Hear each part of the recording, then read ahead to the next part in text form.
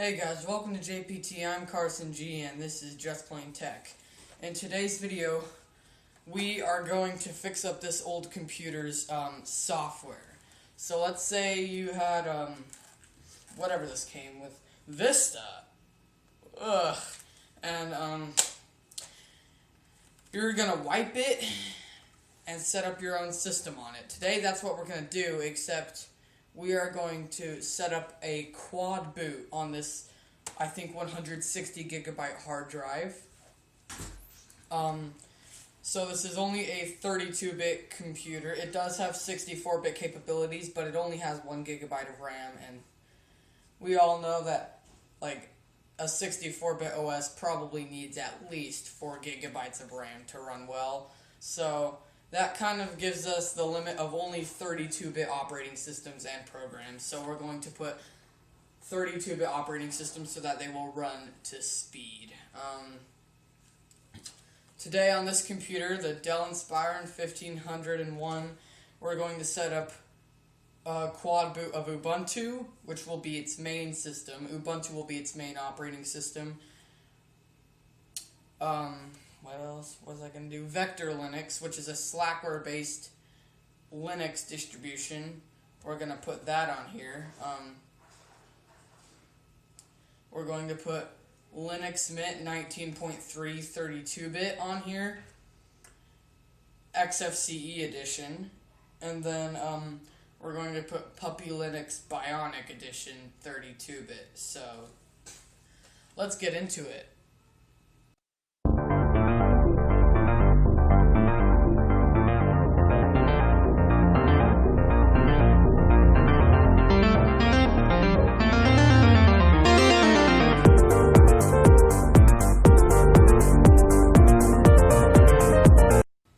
Okay guys, since this computer comes with Windows Vista, we're just going to say we're on Windows Vista, and that's how we're going to do this. You can also use the same method on Etcher on Linux if you're using a Linux PC to do this. So we're going to, you could go open a browser and then go to linuxmint.com and download it there, but I already have it downloaded, so we're just going to open that file. Make sure you either have an empty CD disk, because our Dell Inspiron computer actually does have a optical disk drive, so you could boot a live CD. However, this computer does support booting from a USB, so if you have a USB, I'd recommend getting off there and putting a live ISO on a USB, because the USB is reusable and CDs not so much. So we're going to plug in our USB. Now we're going to start downloads folder. Actually, we don't even need our downloads folder. We're going to open Rufus, which you can download. You can download Rufus real easily.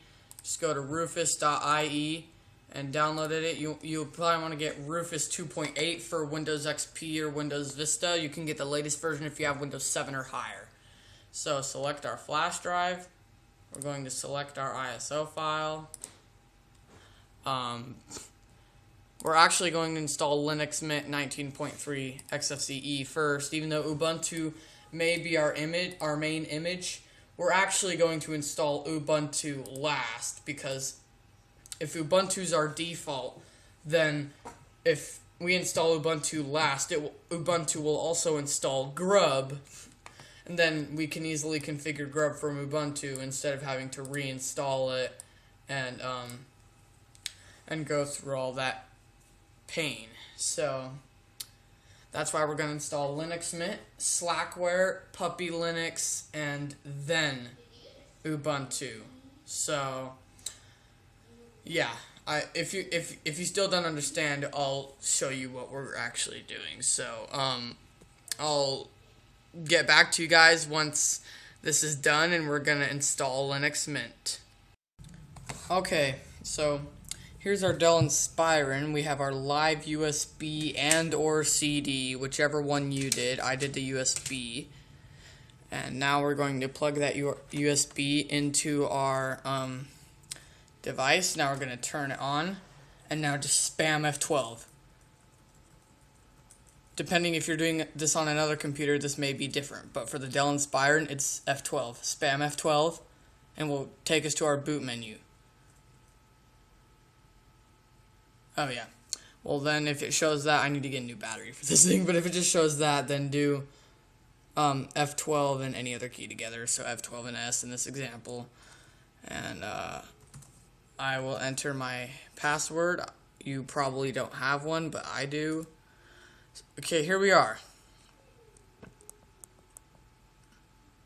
So as you can see, we get the choice. Here, let's see. We get the choice between hard drive and USB storage. We're going to do USB storage. And now we get Start Linux Mint. We'll just do that. And then I'll get back to you guys. If you press enter, it may seem like it's not doing something, but it actually is. Then I'll get back to you guys once that's done booting. Okay, here we are on our Linux Mint live USB, and you just hit install Linux Mint.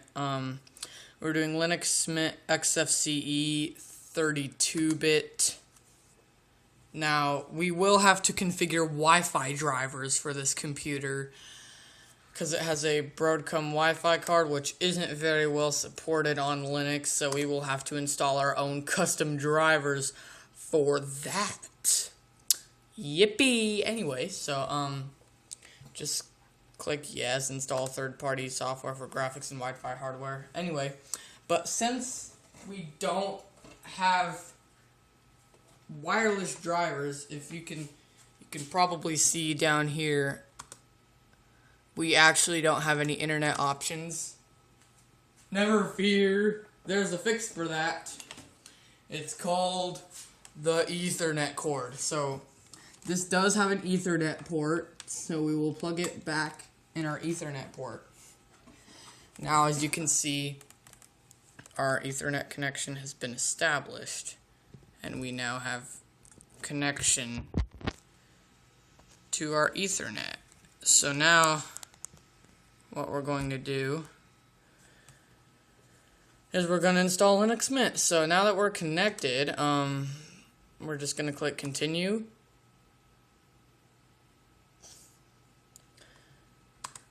Does this thing have Gparted? So we're actually going to check like what's on our drive. Now, I've had a ton of different operating systems on here. I think I put too many because I'm not really happy with my setup, which is why I'm doing this video. I'm not super happy with the setup. I think I put too many operating systems and there is not enough space. So, if we go to my hard drive, my hard drive, 6 operating systems I think is a little bit too much. So basically we're going to give like, this apparently is only a 110 gigabyte hard drive. So basically what we're going to do is we're going to give like Ubuntu 50, I think we're going to give Ubuntu 40, Slackware 40, so that is about 80. Then we'll give, what else were we going to do? Then I think we'll give like Linux Mint 20 or something, or maybe Ubuntu, Slackware 40, Ubuntu 30, something like that. Slackware 40, Ubuntu 30, and then Linux Mint 20, and then, no, Linux Mint 30, and then we'll give Puppy Linux 10 or something like that. Puppy Linux will be fine on just 10 gigabytes, so, actually it'd be more than fine on just 10 gigabytes, while other Linux distributions may not. Anyway, so when that's done doing its thing, I'll get right back to you. Okay, here we are. So we're going to erase every single thing on this computer. You may see this option, you may not, but we're going to click Erase Disk and install Linux Mint. Okay, so we're going to do Continue. The entire disk will be used. I have more than 15 gigabytes. I do have an SD card in here, that has 16 gigabytes, so you're going to want to install your to your actual 120 gigabyte, it looks like, hard drive. There we go. So as you can see, 120 gigabytes is our SATA hard drive, Toshiba SATA hard drive, I think. And yeah, so we're actually going to click install now, and then basically fill out your location, and then your I don't know, your username and password, and then I will get back to you when we are done doing that, and we're going to install Slackware. Okay, so after that is all done, you want to stay in your Linux Mint live CD, because this will actually not work from your Linux Mint installation. So we're going to open gparted, which will be installed on the CD, and actually we're going to resize this thing down to 30 gigabytes. Okay, so there is 30 gigabytes for Linux Mint.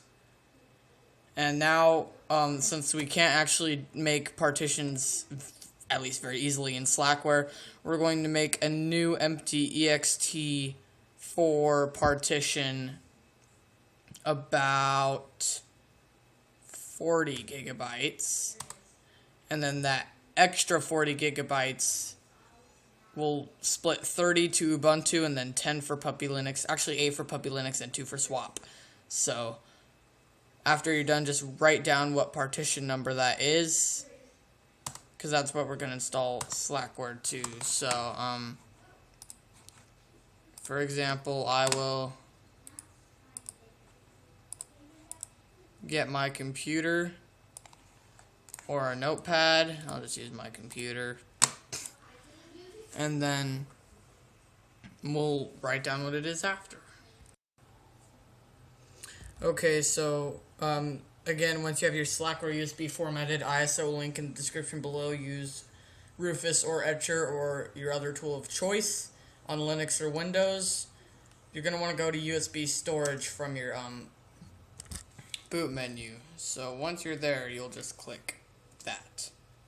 You'll just once you're there, you'll just do enter, and it will take like less than 2 seconds to boot. And then you'll just be able to install it. Like, watch, just, okay, there we go, enter 1. Now we're going to log in as root. There's no password, just root. And now we're going to type in setup. Don't worry about that if you don't have a color thing, if we don't have a color monitor, because this computer, it may be old, but it has a color monitor. Like, what computer doesn't have a color monitor these days?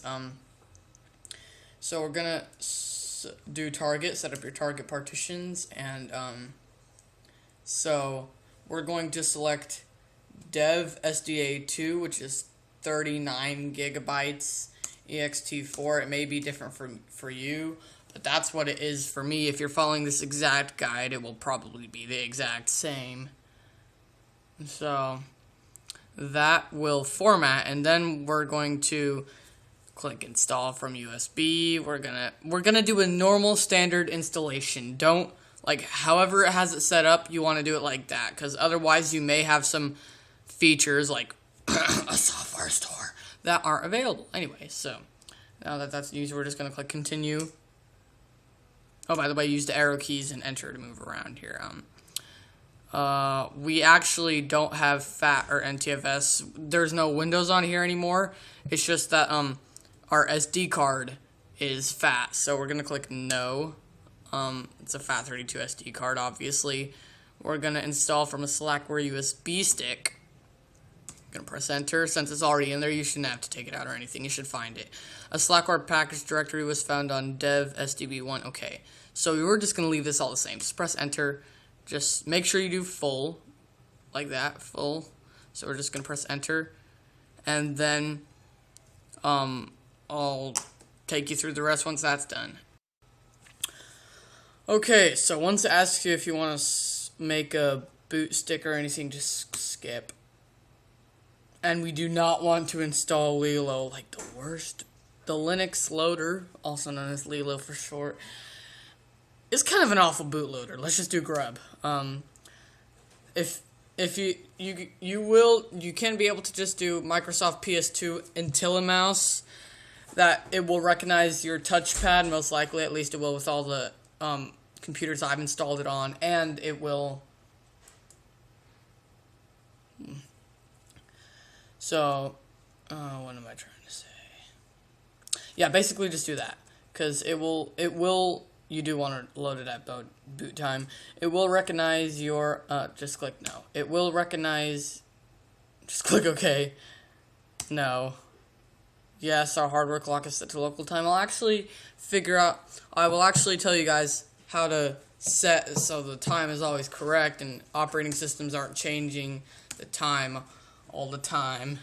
And yeah, so we're just going to do KDE environment. Would you like to set a root password? Yes, we want to set a root password after that, and I'll show you what to do next. Okay, here we go. So we're on Bionic Pup 32, Puppy Linux Bionic 32-bit. Just gonna go to applications. This is the live CD. We're just gonna you could also format that using the link below, with the ISO below. Okay, I'm using Rufus or Etcher, and we're gonna go to System, and we're gonna go to Gparted Partition Manager. And we're going to do SDA internal drive, SATA, Toshiba, whatever majig. Okay. Now here we go. Okay. Now we're going to make a new partition that is about 8 gigabytes. So that is our 8 gigabyte partition right there. Now we're also going to select, we're also going to select this unallocated space, and we're going to make a new swap partition with 2 gigabytes, which is honestly more than enough for swap. Okay, so now we're just going to click apply. Let's open this Word, Calibra, Genie, whatever majig. Okay, so that's all completed. So now we're gonna wait for Gparted to refresh. And okay, so let's get in our notes. This is /dev/SDA3 ext4 7.97 gigabytes, whatever. And that's all we need to know. So we will do that. Close out Gparted. Now we're going to go to Applications, Setup, Puppy Installer.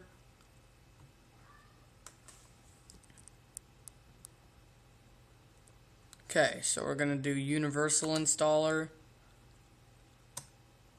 We're going to do USB. Actually, no, we're going to do internal hard drive right here. And I'm going to select SDA. And now it's going to probe with our hardware. Okay. So, what was that on Dev SDA3? So we're going to install it on SDA3. We have chosen to install Puppy on Dev SDA3, which is 7 gigabytes. And yeah. So now we can close that out. Cancel. We're going to do a Frugel. We're going to do Frugel install, because then it will boot into RAM. Full is if very rare cases and you only have like 128 megabytes of RAM. But we have a full gigabyte, guys. We're good to go. Okay.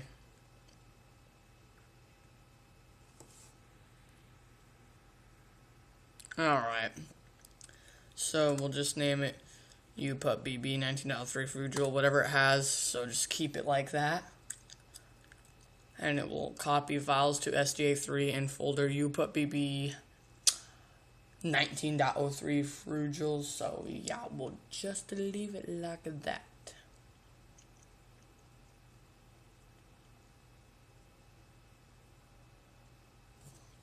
Okay. Would you like to install Grub for DOS? No, because Ubuntu is going to install Grub. Yeah. Okay, all done. So now we can close that out, and now we're going to install Ubuntu. Okay, so on your Ubuntu installation, you're going to make sure you have at least that much space available plugged into a power source and that you're connected to the internet. Just leave that internet cable, the Ethernet cable that we did earlier, just leave that plugged in. So we're going to make sure both of these are checked. Then I'll get back to you when it's done. I'm back. Did you miss me? You probably didn't miss me. Anyway, so we're gonna do install Ubuntu alongside them. And we don't have our hard drive, so we're actually gonna do something else. If your hard drive doesn't show up, you will probably have to do it using this method. We're gonna do something else.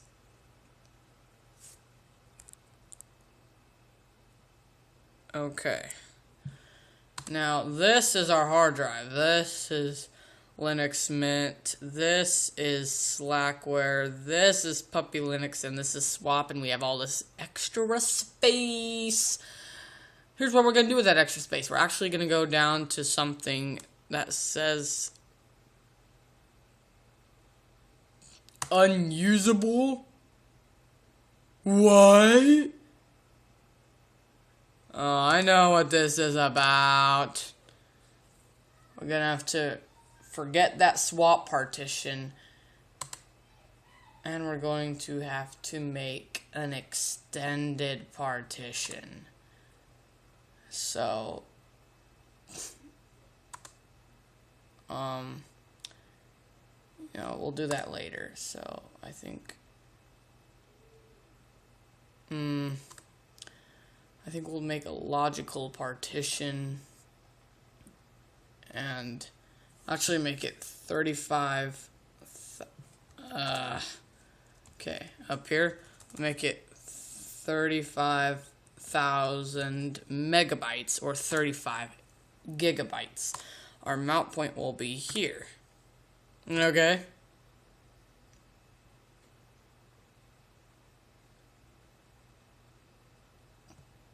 Okay, so now that we created it as a logical partition, now we have a 2.4 extra gigabytes for swap.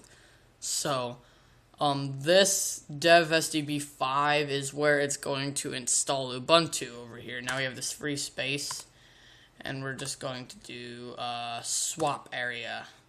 That's all we need. Can't have a partition outside the disk? What? What? Oh my. Device for bootloader installation. We're going to want to do dev SDB3. No we're not. We're not going to want to do that. We're going to want to do dev SDB5. Because that is where we're installing Ubuntu. And now, let's try this again. The free space. And we could try making it a primary partition swap area. Can't have a partition outside the disk. What is that supposed to mean? Whatever. We'll take care of that later. Alright, so Ubuntu 14.04 is there. Guys, don't worry about the swap. We'll forget about that. This is an MBR partition disk, an MS-DOS partition disk format, and I should have done it at the beginning. I should have just switched it to a JPT partition table, but I didn't. So, you might want to, if you know how to do that, you might want to do that before you do all this, but it's okay. We're going to make it work. I know how to make it work. It will be fine. So, ext4, and yeah, we're just going to do install now. And, you have not selected any partitions for use as swap space. So, yeah. Continue. We know that. Partition 5, bootloader's on partition 5. Yes, we know that. There we go. So we're just going to hit continue, and then we'll enter the rest of our location and stuff, and then it will install. Okay, so as you can see here, now Ubuntu has installed our Grub bootloader, and now we have Ubuntu, as you can see, Linux Mint, and Slackware. But this is a really messy boot menu. We also got memory test, advanced options, blah blah blah. Just a ton of junk that we don't want on there. So we are going to customize this boot menu and make it look really nice. Now, you'll probably notice there's no Puppy Linux option on there. And I'm going to show you how to put that Puppy Linux option on there. Alright, so we're going to boot into Ubuntu. This will be really easy. We're going to install a software called Grub Customizer, an easy GUI app that will easily help us customize our Grub easily and quickly. To learn more about it, watch this video up here, customizing Grub with a GUI. Anyway, so we're going to install that app and then put access to Puppy and then make sure all the timing is correct. And then we are done. Congratulations after that. If you've made it this far, that's pretty nice. So, if you made it this far, congrats. I bet you can make it to the end. And I'll see you. Okay, so the first thing we're going to want to do is we're going to want to enable Wi-Fi, and we're going to have to install Wi-Fi support. So here is what we're going to have to do. Make sure you have Ethernet plugged in, and there may be a possibility that Ethernet's not working. If that is so, type in sudo mod probe B44 on the Dell Inspiron, and that should get it up and running. If it doesn't work immediately, try rebooting, but it worked immediately for me. So anyway, so now make sure you have Wi-Fi by Ethernet. Now we're going to do sudo apt remove Broadcom sta dkms bcmwl kernel source. Okay, so we're going to click enter, and we will let it remove that.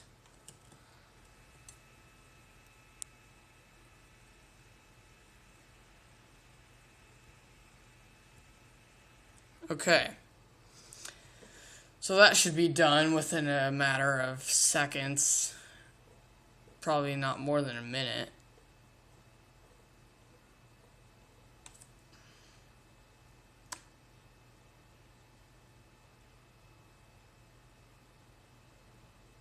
Okay, so I think it's almost done. So now, after that, oh, there we go. So now we're going to type in sudo apt, actually no hyphen, just sudo apt install firmware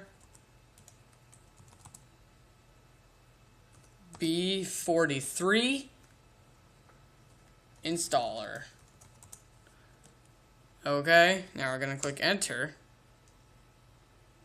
And yes, we want to continue.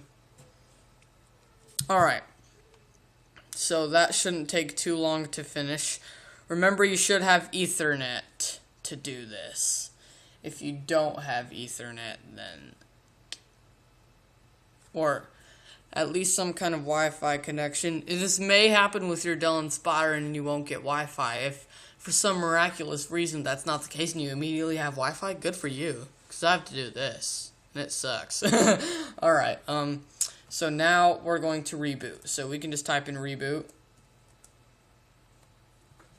And by the way, I was just in a terminal. That was not a command line or anything. That wasn't like a command line interface. I'm still in the graphical interface, just with the command terminal window. You can access it by typing Control-Alt-T. Anyway, so we are going to reboot. Oh, sorry. Sudo reboot. There we go. Then we will have Wi-Fi access, and we can get Grub Customizer running. Okay, now as you can see, we have our Wi-Fi connection here. So Wi-Fi does work after that. Hopefully it should. Now we got Wi-Fi working. So now we're going to type in sudo add -apt -repository ppa : Daniel Richter RICHTER 2007 /grub -customizer. Okay, so we're going to add that repository.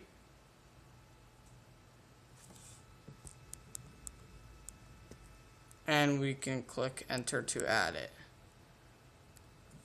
So now we're going to type in sudo apt-get update. That will update our list of repositories, which is what we want, right? Okay. Just wait. Waiting. Okay. So I think it should be almost done. Okay, here we are. So now we're going to type in sudo apt-get install grub -customizer. Okay. Alright, and that should install our Grub customizer. So now we're actually going to open Firefox because I need to pull something up, a web page that will help us help us get Puppy Linux up on our Grub install. So okay. Type in Linux, adding Puppy Linux to Grub. And just click that first link right there. Okay, now that that's done, we can do exit the terminal. And if we go to our dash menu, we'll type in Grub Customizer. And it should come up. I'm realizing it's a little slow since that's the very first time we've used our dash menu. And we'll type in our password. And then it should start launching. So yeah, we can minimize that. It may take a couple minutes. So I'm going to want to scroll down to this line, menu entry, Puppy Linux 5.33 Frugal on SDA 5, and all that other stuff. I know it's Puppy Linux Slacko, which is based on Slackware, but we're going to get it to the Ubuntu based version. So what we're going to do is we're going to go to our file manager. Okay.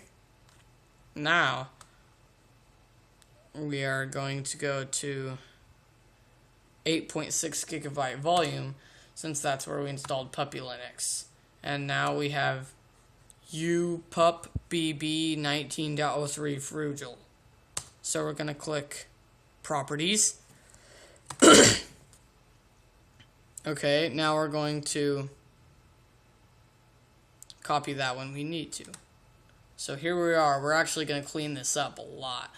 I'm going to make an advanced options submenu. So and all those other weird options, that's where we're going to put all of these other weird options, where it's all going to be under one menu called advanced options, so that it's only what we need, our operating systems, and then advanced options. So we're going to do Ubuntu Linux Mint. We will rename that to just Linux Mint. Keep it all nice and clean. Put this under. Now we'll bring Slackware up there. And we'll rename it to just Slackware. Okay. and put this menu up there. And as you can see, that's it. So first, before we do anything, go here and make sure, see how this little arrow is touching the edge? Make sure nothing under it is touching the edge. So that means all of this is okay, guys, so now congratulations. I know it was kind of a long process, but you just got everything set up on your Dell Inspire or whatever other computer you may be doing this on. And nice job if you made it to the end of this video. You got it. Nice job. Good for you. Not many people know how to do this. And so if you want to install software stores such as Gslapped and Sboui on Slackware, definitely check out this video up here so you can install those on Slackware. And if you have any questions, let me know, and see you in the next video.